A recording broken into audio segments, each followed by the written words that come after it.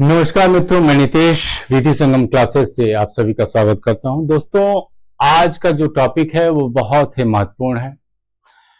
Prelims में आता ही आता है, इंटरव्यू में भी पूछा जाता है और मेंस से इसके फुल क्वेश्चंस आपके आते हैं। ठीक है, मृत्युकालिक कथन या वो व्यक्ति जो मिल नहीं सकते, गायब हो गए हैं, उनका स्टेटमेंट, उस मैटर से संबंधित जो मैटर कोर्ट में विवादित है वो कितना महत्वपूर्ण होता है, क्या उसका रिलेवेंसी है कि नहीं है, इसके संदर्भ में सेक्शन 32 इंडियन एविडेंस एक्ट 1872, इसके अलावा भारतीय साक्ष्य अधिनियम बीएसए 2023 की धारा 26 इसके बारे में प्रोविजन देती है। ठीक है, इसके पहले कि ये टॉपिक हम लोग शुरू करें, मित्रों आप जानते हैं कि सुनी सुनाई बातों का कोर्ट के नजर में कोई भी वैल्यू नहीं होता है। ठीक है, कोर्ट के नजर में कोर्ट में अगर आप जाते हैं, ए जाता है या अमुक कोई व्यक्ति राम जाता है और कहता है कि साहब हमने वो हत्या होते हुए देखा, या मेरे सामने ये बातें हुई, या मैं उसका एक क्या उसे बोलते हैं प्रत्यक्षदर्शी गवाह हूं, मैं वहां पर प्रत्यक्ष था। ठीक है, तो कोर्ट कहता है कि ठीक है, अगर आप प्रत्यक्ष थे तो आपको हम अनुमति देंगे। ठीक है, क्योंकि आप मौकाए वारदात पर उपस्थित थे। ठीक है, तो इसी वजह से कोई भी फैक्ट जो कि आप कोर्ट में लाना चाहते हैं एज एविडेंस, उस एविडेंस के बारे में आपको पहले यह साबित करना पड़ेगा कि आप उसके प्रत्यक्षदर्शी साक्षी थे। आप वो विटनेस है जिसको हम लोग क्या बोलते हैं, आई विटनेस। हम खुद उपस्थित थे वहां पर, हमने देखा, हमने सुना, हमने महसूस किया। तो ये तो ठीक है। यहां कोर्ट कहता है इसके लिए कौन सी धारा है, धारा 60, याद रखना, सेक्शन 60। कौन सा धारा, ये सेक्शन 60 किसका, आईईए का धारा 60 स्पष्ट रूप से कहता है कि जो साक्ष्य होना चाहिए, जिस साक्ष्य को आप कोर्ट में पेश करना चाहते हैं, वो साक्ष्य कैसा होना चाहिए, प्रत्यक्ष होना चाहिए, डायरेक्ट होना चाहिए। ठीक है, इसी तरह सेक्शन किसका, सेक्शन 59 किसका, बीएसए ये दोनों बातें, ये भी वही बातें करता है जो कि धारा 60 का इंडियन एविडेंस एक्ट इसी बात को कहता है कि साहब जो भी साक्ष्य है उसे, अगर वो आप उस वहां पर थे तभी आप आई, सुनी सुनाई बातों का हम साक्ष्य लेने वाले नहीं। ये आप नहीं, अरे साहब राम तो वहां पर था, वो हमको बताया कि साहब ऐसा घटना हुआ, ये सब कथा कहानी नहीं चलने वाला है वहां पर कोर्ट। ठीक है, आप थे कि नहीं ये बात आप बताइए, कथा कहानी मत। क्योंकि कथा कहानी में मित्रों समस्या ये होती है कि कहीं ना कहीं आदमी नमक मिर्च भी मिला सकता है। ठीक है, अगर वो किसी और व्यक्ति से बातें सुना हो तो नमक मिर्च भी वहां पर मिला सकता है। ठीक है, नमक मिर्च भी मिला सकता है। तो इस वजह से कोर्ट हमेशा ही कहता है कि हम सुनी सुनाई बातों पर विश्वास करने वाले नहीं हैं। अगर आपने डायरेक्ट देखा है तो बताइए, नहीं देखा है तो टाटा बाय बाय। ठीक है, लेकिन धारा 32 जो कि डाइंग डिक्लेरेशन की बात करता है उन व्यक्तियों का जो कि मर चुके हैं, किसी से अपनी बातें कहकर वो मर चुके हैं, किसी से बातें तो किया, उस व्यक्ति से उसने किया जो कि मौकाए वारदात पर नहीं था, मौकाए वारदात पर वो व्यक्ति नहीं था, लेकिन एक ऐसे व्यक्ति ने कहा कि जो कि उससे कहकर फिर वो मर चुका है। अब कोर्ट के सामने वो नहीं आ सकता, वो गायब हो चुका है, वो अब विक्षिप्त हो चुका है, पागल हो चुका है, हॉस्पिटल में है वो। अब उसका दोबारा साक्ष्य आप नहीं ले सकते। हाँ, लेकिन वो अपनी बातें किसी और से कहा है जो कि सुनी सुनाई बातों के अंतर्गत आता है, लेकिन अब ये जो सुनी सुनाई बातें हैं ये बेहतर साक्ष्य हैं। अब इससे बेहतर अब मिलने वाला नहीं है, क्योंकि वो व्यक्ति मर चुका है, वो व्यक्ति गायब हो चुका है, वो व्यक्ति फॉरेन में कहीं निकल चुका है, अब वो भारत आने वाला नहीं है। तो तमाम तरह की ऐसी परिस्थितियां होती हैं जब व्यक्ति अपनी बातें किसी और से कहकर और वो फिर निकल जाता है। अब उस व्यक्ति को कोर्ट में लाया जाना असंभव हो जाता है। ठीक है, तो इसी वजह से ये धारा 32 सुनी सुनाई बातों का, जिसको कोर्ट कहता है कि हम लाने की अनुमति नहीं देंगे, उसका एक अपवाद है। क्योंकि ये उस व्यक्ति से मृत्युकालिक कथन या वो व्यक्ति जो मर चुके हैं उन व्यक्तियों से कही गई बात होती है, जो कि वो व्यक्ति जिससे बातें कही गई वो मौका वारदात पर, यानी वो प्रत्यक्षदर्शी साक्ष्य नहीं है, उसने उस मामले को होते हुए नहीं देखा।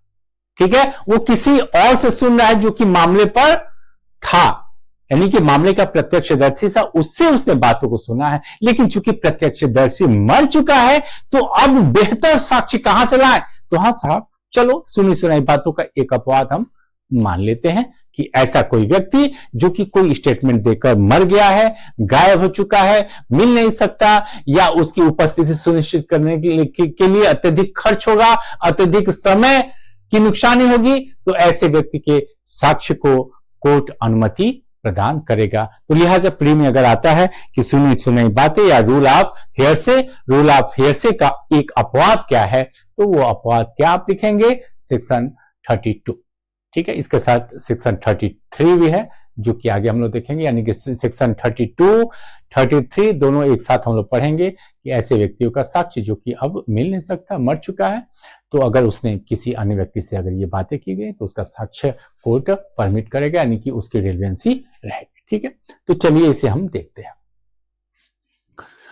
तो उन व्यक्तियों का कथन जिन्हें साक्ष्य में नहीं बुलाया जा सकता, धारा 32 हमने कहा पहले क्या क्या, धारा 32, धारा 33 इंडियन एविडेंस एक्ट और भारतीय साक्ष्य अधिनियम की धारा 26 और 27। ठीक है, रिद इसको पढ़िएगा, चूंकि ये नया एक्ट है, इसको इसी के स्थान पर ये एक्ट लाया गया है। ठीक है, तो चूंकि एग्जाम है भाई, कई स्टेट में आज भी पुराना एक्ट और नया एक्ट दोनों साथ में है, तो दोनों साथ मिलाकर आप पढ़िए तो ज्यादा आपके लिए बेहतर रहेगा। ठीक है, तो धारा 32 या इसके साथ क्या हम पढ़ेंगे? बीएससी की धारा ये 26। ठीक है, धारा 26। ठीक है, 26 दोनों को साथ में पड़ेगा। तो वे दशा जिनमें उन व्यक्तियों द्वारा किए गया सुसंगत तथ्य, यानी कि अगर कोई व्यक्ति कोई स्टेटमेंट देकर मर चुका है, ठीक है, तो उसका स्टेटमेंट रेलेवेंट कब होगा?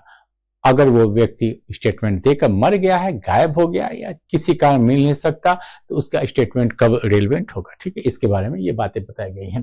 तो धारा 32 के अनुसार उन व्यक्तियों द्वारा किया गया कथन, वो कथन लिखित भी हो सकता है, मौखिक भी हो सकता है, इलेक्ट्रॉनिक भी हो सकता है, किसी भी मोड में उसने अपना स्टेटमेंट जारी कर दिया है, दे दिया है, और फिर वो व्यक्ति मर जाता है, गायब हो जाता है, वो अब कोर्ट में आ नहीं सकता, तो उसका क्या हो जाएगा? रेलेवेंसी बनी रहेगी कोर्ट में।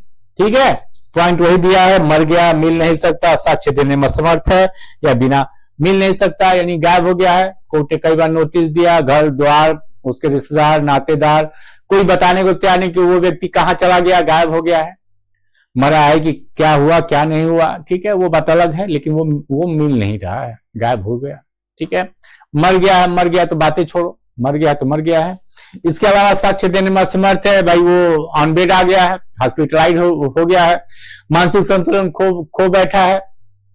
ठीक है, वो इस प्रकार की बीमारी से ग्रसित हो गया कि कोर्ट में लाना बहुत दुर्भर काम हो गया, और वो ठीक से प्रश्नों को समझने और उसका उत्तर देने में असमर्थ हो गया है। ठीक है, तमाम तरह की बीमारियां होती हैं, या उसका बिना विलंब याद है कि भाई किसी फॉरेन कंट्री में बस गया है, नागरिकता वहां के ले लिया, भारत से कोई मतलब ही नहीं है। ठीक है, तो भाई वो अब एक एविडेंस देने के लिए उसको बुलाया जाए, खर्चा बर्चा और तमाम तरह की बातें दूसरे पार्टी पर लादा जाए, तो वो भी उचित नहीं होगा। ठीक है, तो इस प्रकार की जो भी बातें, जो भी इस प्रकार के केस आते हैं, वो धारा 32 उसको गवर्न करता है। ठीक है, उसको डील करता है। तो पहला जो 32(1) है मित्रों, जबकि हमारा जो क्वेश्चन अगर आता है वो मृत्युकालिक कथन अगर सिर्फ आता है तो वो क्या रहेगा? 32(1) रहेगा। ठीक है, 32(1) या उसके अंतर्गत बीएसए के अंतर्गत क्या रहेगा? 26(1). ठीक है, 26(1).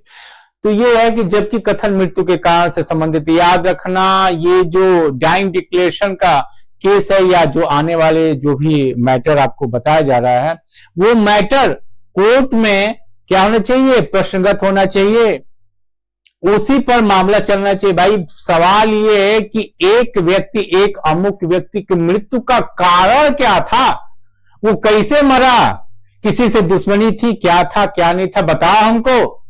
ठीक है, तो अगर वो मृत्यु के कारण से है या किसी से दुश्मनी थी, किसी से लेन देन का कोई संव्यवहार था, तो उसका कथन करने वाला कोई भी उसने स्टेटमेंट देकर गया है, वो व्यक्ति बताकर मर गया है, ठीक है, तो वो क्या हो जाएगा, रिलेवेंट हो जाएगा।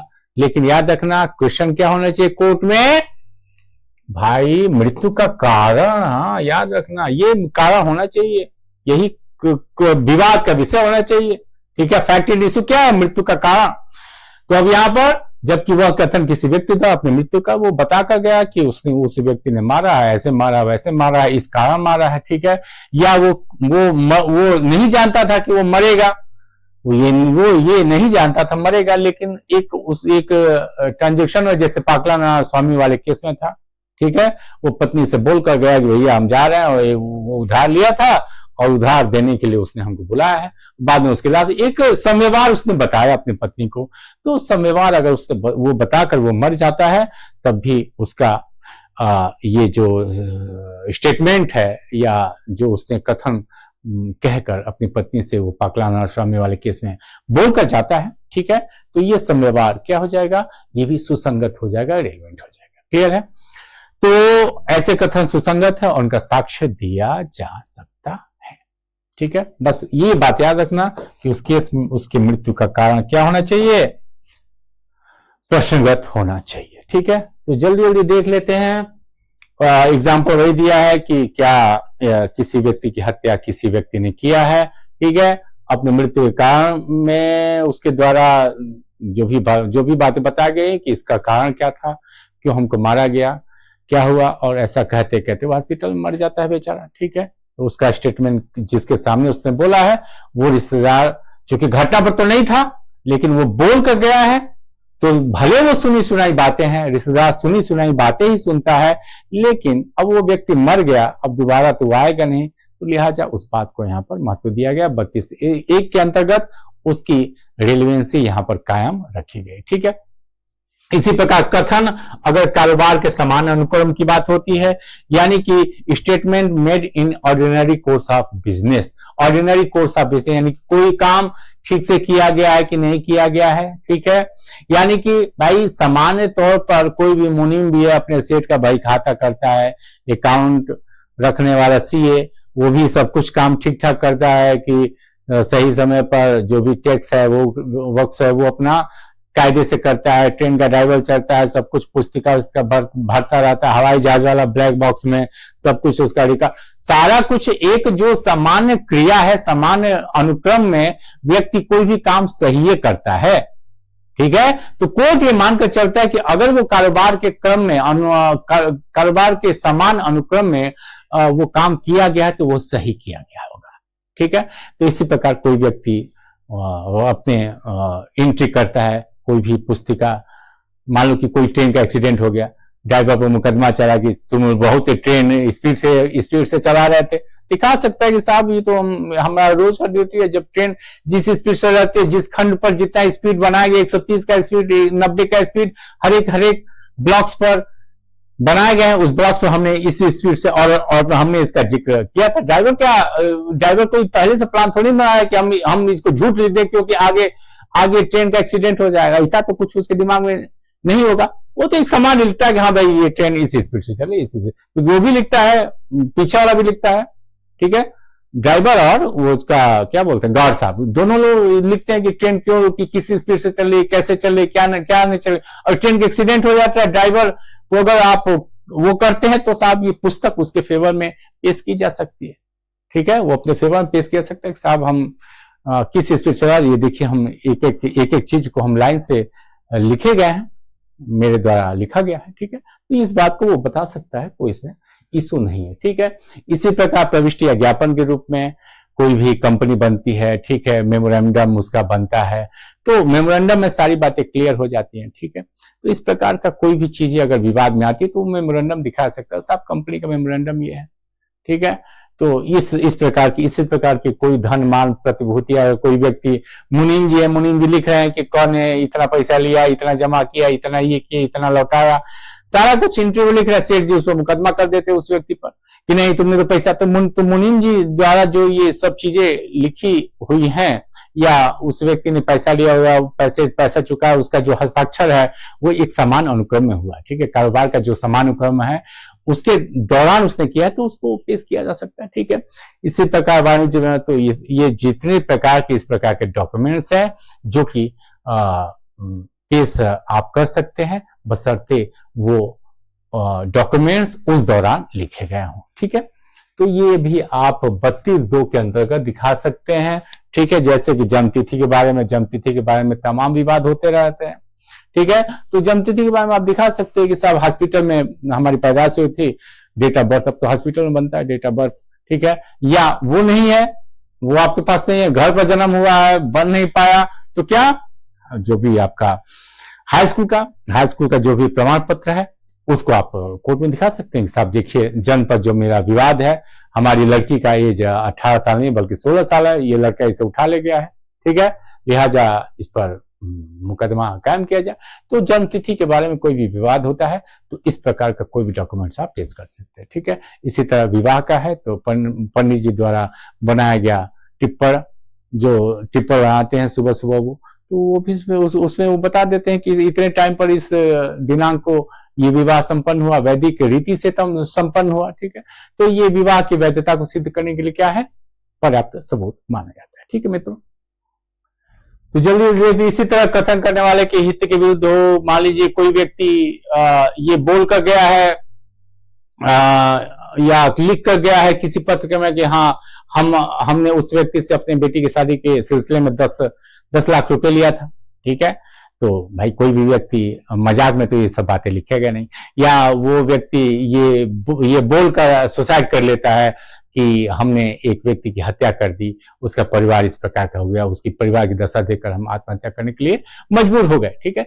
कोई भी व्यक्ति जानबूझकर अपने आप को मुकदमे में नहीं फंसाता है या इस प्रकार का कोई भी दायित्व तो नहीं लेता है कि हमारा उसके प्रति इतना उधार है, ठीक है। तो इस प्रकार की कोई भी बातें हैं तो उस बात को कोर्ट ये मानकर चलता है, कोई भी व्यक्ति अपने हित के विरुद्ध अगर कोई बातें कर रहा है तो यानी कि उन बातों में क्या है, दम है, वो बातें सत्य है, ठीक है। इसी तरह ये सब हो गया, ठीक है। ये देखिए लोक अधिकार रूढ़ि या साधारण हित के बारे में, ठीक है। तो अगर कोई मालूम करना है कि ये रास्ता सार्वजनिक है या जमींदार साहब कह रहे हैं कि नहीं मेरा निजी है, तो उस संदर्भ में जो भी वहां के बूढ़े बुजुर्ग होंगे या जो भी मुखिया होगा उसका स्टेटमेंट क्या हो जाएगा, रेलेवेंट हो जाएगा, क्योंकि मुखिया जानता है कि कौन सा रास्ता सार्वजनिक तौर पर है, कौन सा रास्ता प्राइवेट है, कौन सा रास्ता गवर्नमेंट का, ये सब कुछ जानता है, ठीक है। तो इस प्रकार का कोई भी राय रखने वाले व्यक्तियों का क्या हो जाएगा, वो रेलेवेंट हो जाएगा, क्लियर है। जैसे कि यहाँ पर देखिए क्या मुख्य सड़क लोक मार्ग, तो गांव के मुखिया द्वारा किया गया ये कथन कि नहीं साहब ये सड़क क्या था, लोक मार्ग। या मान लीजिए पहले पंचायत में विवाद हुआ है, दोनों पार्टी आपस में लड़, पंचायत में भी यही बातें हुई कि नहीं साहब ये लोक मार्ग है।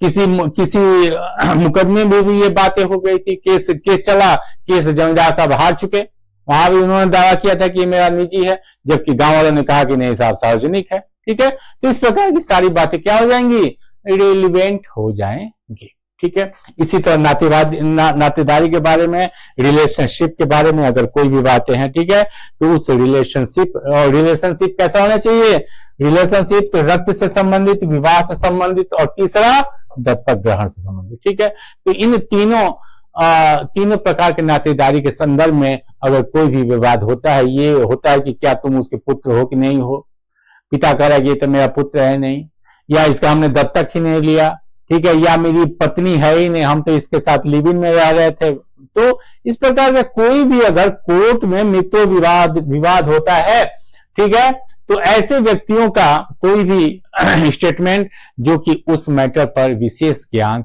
रखते हों, और वो मैटर जब उठा उसके पहले उन्होंने कई स्टेटमेंट, भाई मान लो कि पति कहा कि मेरी पत्नी नहीं है, जबकि सास ससुर मतलब कि उन दोनों के पिता एक दूसरे को समझी समझी का पत्र लिखते रहे, वो पत्र प्राप्त हुआ, भले पिता मर गए लेकिन पत्र मिला, ठीक है।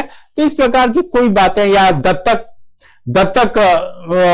कोई आदमी कह नहीं मेरा दत्तक पुत्र है नहीं, वो तो बस ऐसे नौकरी ठहरा रहा, नहीं साहब दत्तक हुआ था, क्योंकि दत्तक माता पिता द्वारा अपने रिश्तेदारों को ये स्टेटमेंट कि हम इस व्यक्ति को वो दत्तक दे रहे हैं, ठीक है। ये सब क्या है, ये रेलेवेंसी हो जाएगी, ठीक है।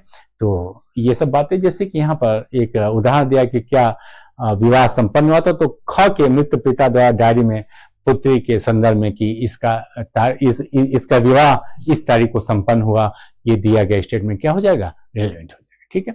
तो ये सब चीजें आप देख सकते हैं, जल्दी जल्दी इसको देख। कौटुंबिक बात से संबंधित किसी विल या विलेख statement made in any will या डीड, यानी विल या डीड में कही गई कोई भी बातें, ठीक है, वो क्या हो जाएगा, रेलेवेंट हो जाएगा, ठीक है, बशर्ते वो उस डीड में वो सब बातें पहले लिखी गई हो। इच्छा पत्र, विलेख, ठीक है, परिवार के संदर्भ में कि हाँ ये जैसे कि मान लीजिए कोई व्यक्ति मर जाता है, ठीक है, इच्छा पत्र में कुछ लिख कर जाता है, कहीं कुछ बता कर जाता है, वकील साहब को लिखवा कर जाता है कि मेरे मरने के बाद ये संपत्ति इनको मिलनी चाहिए, तो ये सब बातें क्या हो जाएंगी, ये रेलेवेंट हो जाएंगी। उस व्यक्ति के अगर संपत्ति के संदर्भ में कोई विवाद होता है, पारिवारिक मैटर पर कोई विवाद होता है कि कौन सा कब्जा किसे मिलना चाहिए, तो इस प्रकार की सारी बातें क्या हो जाएंगी, रेलेवेंट हो जाएंगी। उसका विल, उसका विलेख या इस प्रकार की कोई भी बातें क्या हो जाएंगी, रेलेवेंट हो जाएंगी। क्लियर है। जैसे कि क के जन्म की तारीख क्या है,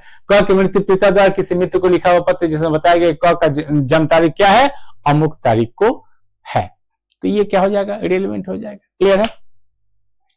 तो धारा 13 क में वर्ण संबंधित, यानी कि 13 क इसी प्रकार का था, क्या था उसमें भी जो सामान्य जो अधिकार है, ठीक है, उसके बारे में 13 क में बात किया गया, ठीक है। तो अगर कोई सामान्य अधिकार किसी परिवार के बारे में, कोई रूढ़िया है उसके बारे में, कोई दस्तावेज में कोई बातें लिखी गई हैं, तो वो भी क्या हो जाएगा, वो रेलेवेंट हो जाएगा।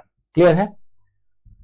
तो ये सब बातें, अथवा कई व्यक्ति द्वारा किया गया प्रश्न, जैसे कई व्यक्तियों द्वारा की गई बातें, यानी कि कोई व्यक्ति, जबकि कथन कई व्यक्तियों द्वारा किया गया और प्रश्न के बाद सुसंगत उनकी भावनाओं या धारणाओं को प्रदर्शित करता है, ठीक है। जैसे कि मान लो कि आप सेक्शन 6 में आप देखें, सेक्शन 6 इंडियन एविडेंस एक्ट, ठीक है, उसमें आप देखें कि अगर कोई व्यक्ति किसी व्यक्ति को मार रहा है तो लोग भी उसी में बोलने लगते हैं, ठीक है। या क्या कोई जुलूस इस नेता द्वारा लीड किया गया, उस नेता पर मुकदमा चला कि साहब ऐसा है कि यही उसके नेता थे, यही उसके लीडर थे, कैसा नेता करेगा, नहीं हम तो थे ही नहीं, बता सकते अरे साहब पीछे लोग जुलूस में बोल रहे थे कि तुम नेताजी संघर्ष को, हम तुम्हारे साथ हैं, आपका नाम ले लेकर वाहवाही हो रही थी, चिल्लाया जा रहा था, ये सब क्या है, ठीक है। तो इस प्रकार की जो भी भीड़ द्वारा कही गई बातें या वो बातें जो भावनाएं उत्पन्न हुई उस दौरान जब नेताजी दंगा में शामिल हो रहे थे, ठीक है, तो ये सब क्या हो जाएगा, रेलेवेंट हो जाएगी, ठीक है।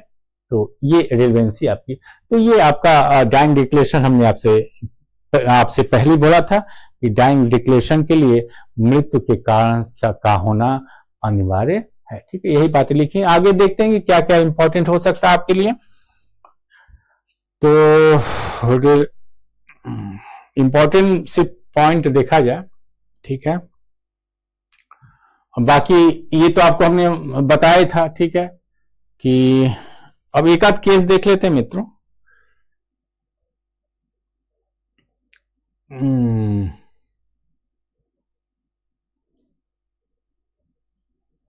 एक थोड़ा सा अंतर इसको देख लेते हैं। मृत्युकालीन घोषणा से भारतीय विधि और इंग्लिश विधि में अंतर, ठीक है। ये भी कभी कभी आप मेंस में लिख सकते हैं तो आपको अच्छे नंबर मिल जाएंगे, ठीक है। जैसे अंग्रेजी विधि का कथन मरणासन अवस्था में, यानी कि जब व्यक्ति मरने वाला हो, हॉस्पिटल में अब वो मर ही जाएगा, तभी उसका स्टेटमेंट क्या होता है, वो डाइंग डिक्लेरेशन के अंतर्गत आएगा। ये इंग्लिश विधि और भारतीय विधि में अंतर है। लेकिन भारतीय विधि में भले उस व्यक्ति को भी मरने का कोई दूर दूर तक आशा नहीं है, ठीक है, और वो व्यक्ति स्टेटमेंट दिया जा रहा है और बाद में वो व्यक्ति मर जाता है, उसको इस बात की आशा नहीं कि वो व्यक्ति मर जाएगा, लेकिन इंग्लिश विधि में उस व्यक्ति को पूर्ण आशंका, पूर्ण रूप से आश्वस्त होना चाहिए कि अब वो मरेगा ही, तब उसका स्टेटमेंट डाइंग डिक्लेरेशन में आएगा, जबकि भारतीय विधि में ऐसा होना अनिवार्य नहीं है। ठीक है, तो ये इंग्लिश लॉ और भारतीय विधि में एक महत्वपूर्ण अंतर में आपको मिलेगा। ठीक है, एक आध केस आप जल्दी जल्दी इसको दिमाग में रख लीजिए। पाकला स्वामी का केस, ठीक है, इसमें ये आपका इंपॉर्टेंट केस है, ये डाइंग डिक्लेरेशन से भी संबंधित आता है। इसके अलावा कौन सा सेक्शन 6 इंडियन एविडेंस एक्ट, यानी कि वो क्या एक ही संविधान में किए गए कार्य, ठीक है, उससे भी संबंधित ये केस है। ये केस कई मामलों में आता है। ठीक है, और पाकला स्वामी का जो केस है ये बहुत ही इंपॉर्टेंट। ठीक है, इसके अलावा ये केस कहाँ आता है, जब हम कन्फेशन की परिभाषा पढ़ते हैं, यानी कन्फेशन की परिभाषा इसमें दिया गया। ठीक है, कन्फेशन की परिभाषा को भी ये केस डील करता है, इसमें इसको बेहतर तरीके से कन्फेशन को समझाया गया। ठीक है, तो ये केस हमेशा ही आता है सेक्शन 6 से संबंधित, डाइंग डिक्लेरेशन से संबंधित और कन्फेशन। ठीक है, तो ये बहुत ही महत्वपूर्ण है। पाकला और समय अभी हमने आपको बताया कि एक व्यक्ति अपनी पत्नी से बोलकर जाता है कि हमारे मित्र जिन्होंने उधार लिया था वो हमें उधार देने के लिए बुलाया है। वो व्यक्ति जाता है, फिर वापस नहीं लौट कर आता है। एक ट्रंक में वो उसकी लाश पाई जाती है और वो ट्रंक उसके जो उधारी लिया हुआ व्यक्ति है उसी के द्वारा वो खरीदा गया है ट्रंक को। ठीक है, तो बाद में उसका ये स्टेटमेंट अपनी पत्नी को देकर, भले उस समय जब वो जा रहा था अपने मित्र के यहाँ उधार लेने के लिए और अपनी पत्नी से ये कहकर जाना कि हम उधार, इसी उस समय भारतीय विधि के अनुसार क्या है, उसे अभी मृत्यु की आशंका नहीं थी। वही अगर इंग्लिश विधि रहता तो कोई कुछ नहीं, डाइंग डिक्लेरेशन के रूप में ये स्टेटमेंट नहीं होता। याद आप रखिए, क्योंकि मृत्यु की आशंका भी उसे नहीं थी। ठीक है, वो सिर्फ उधार लेने, लेकिन ये जो संव्यवहार है, ये संव्यवहार उसके मृत्यु के कारण को बताता है। कोई अपनी पत्नी से बोल कर जाता है कि उस व्यक्ति के यहां हम उधार लेना, और उधार लेना बहुत बड़ी बात है। लोग उधार ना चुकाने के लिए जान तक लेते हैं। ठीक है, तो इस वजह से ये केस बहुत इंपॉर्टेंट है, जहां पर मृत्यु की आशंका नहीं थी, सिर्फ एक संव्यवहार का जिक्र हुआ था। ठीक है, और उस संव्यवहार को उसका मृत्यु का कारण माना गया। वो संव्यवहार क्या था, अपने दोस्त से उसका पैसा जो उसका उधारी था उधारी लेने जाता है और फिर वापस नहीं आता है, और एक ट्रंक में लाश पाई जाती है। तो ये धारा 6 का भी केस है, और ये किसका है, ये मृत्युकालिक कथन यानी कि धारा 32(1) का भी ये केस IEA का हो सकता है। ठीक है मित्रों, तो ये केस बहुत ही इंपॉर्टेंट है, इसको आप दिमाग में रखिएगा। ठीक है, और ये एक और इसमें पॉइंट है, जैसे कि ये कोर्ट ने इसमें ये भी कहा था, या कोर्ट सामान्य तौर पर, और वैसे भी हम लोग भारतीय जनमानस हैं, ठीक है, तो ये कहा जाता है कि व्यक्ति मरते वक्त झूठ नहीं बोलता है, वो राम राम और सही बातें बोल के जाता है। खैर एक से एक सब धूर्त है कि उन पर ये सब चीजें लागू नहीं, लेकिन कोर्ट तो मानता है। ठीक है, तो यही यहाँ पर लिखा गया। ठीक है, इस उक्ति को, ठीक है, ये जो लैटिन वर्ड है इसको भी दिमाग में रख लेना, क्योंकि कभी कभी आता है कि धारा 32 या धारा 31-32 ऐसे कर दिखा देगा, और फिर इसको भी एक लाइन में दे देगा कि इससे आप मिलान कीजिए कि ये जो उक्ति है ये किससे संबंधित है। ठीक है, तो ये किससे संबंधित है, ये 32(1) यानी कि डाइंग डिक्लेरेशन से संबंधित। ठीक है, कि एक आदमी अपने भगवान से मिलने के लिए जब जा रहा है तो वो झूठ का सहारा नहीं लेगा, जबकि सर्वाधिक सही बातें नहीं है, लेकिन फिलहाल जो है उसको हम लोग देखा जाए। ठीक है, तो ये केस आपका इंपॉर्टेंट है, और ये केस कौन सा है, संपत बख्शो, नहीं इतना नहीं है, एक आध केस और देख, उकाराम, ये केस आपका इंपॉर्टेंट हो सकता है। ठीक है, Ukaram versus state of Rajasthan, ये केस आपका इंपॉर्टेंट है। ठीक है, Ukaram versus state of Rajasthan AIR 2008 का। ठीक है, यहां पर ये सेंटेंस सीधे आ सकता है, कोई व्यक्ति अपनी जीवा पर झूठ रखकर नहीं मरेगा। ठीक है, किस केस में कहा गया ये यहां पर आप उसको बता सकते हैं। ठीक है, विनिर्माणासन की भावना मनुष्य के मन में वैसी भावना करती है जैसे शपथ से बात है एक पूर्ण व्यक्ति के मन में। अब पूर्ण होगा तब तो मन में उसका होगा, ठीक है। पूर्ण होगा नहीं, लफंगा है, सोचा मरते वक्त भी किसी को फंसा कर जाती, वो बात अलग है, लेकिन रेलिवेंसी होती है, रेलिवेंट होगा फैक्ट वो, ठीक है। बाद में आप उसको साबित ना साबित करिए कि झूठ बोला कि सही बोला, क्या वो इससे बात की बात है, फिलहाल उसकी रेलिवेंसी बनी रही, ठीक है। तो ये उकारा मोड़ा केस, ये जो सेंटेंस है इसको थोड़ा सा दिमाग में रख लीजिएगा, ठीक है। और क्योंकि कभी कभी आता है, कभी कभी कोड बनाकर देता है कि ये जो सेंटेंस है ये सुप्रीम कोर्ट ने किस केस में ऐसी भावना व्यक्त की थी, ठीक है। उस Ukara versus state of Rajasthan, Laxman versus state of मृत्युकाली कथन, संचार के, यानी कि हमने आपसे पहले कहा था कि ये मौखिक भी हो सकता है, लिखित भी हो सकता है, संचार के किसी भी पर्याप्त माध्यम में ये हो सकता है, ठीक है। व्हाट्सएप से हो सकता है, कैसे भी तमाम तरह के संचार के माध्यम में।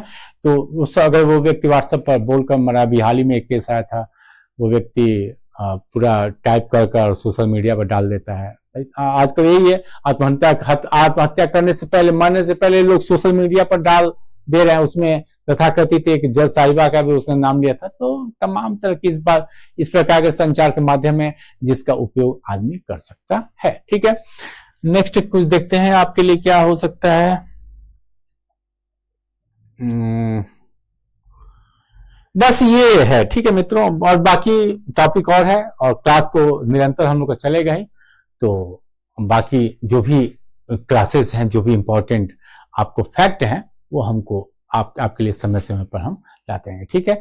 तो आशा है मित्रों ये क्लास आपके लिए उपयोगी साबित होगा। हाँ, क्लास को अधिक से अधिक शेयर कीजिए ताकि हमारे भी सब्सक्राइबर बढ़े, भाई हमको भी अच्छा लगे कि लोग हमको सुन रहे हैं, लाइक कर रहे हैं, ठीक है। कमेंट भी आप किया कीजिए, ये नहीं कि बस देख लिए अनमने मन से सर ठीक है सर ने लेक्चर दे दिया, ऐसा कुछ भावना मत रखिएगा। आप भी भावना, अच्छी भावना रखिए, ठीक है, क्योंकि आप भी क्या है, पुण्यात्मा है, ठीक है। अगर पुण्यात्मा नहीं भी है तो आइए कुंभ में नहा लीजिए, थोड़ा बहुत पुण्य आप भी कमा लीजिए, पुण्यात्मा बन जाइए, ठीक है मित्रों। तो ठीक है, आज का क्लास यहीं पर समाप्त करते हैं। बहुत बहुत धन्यवाद।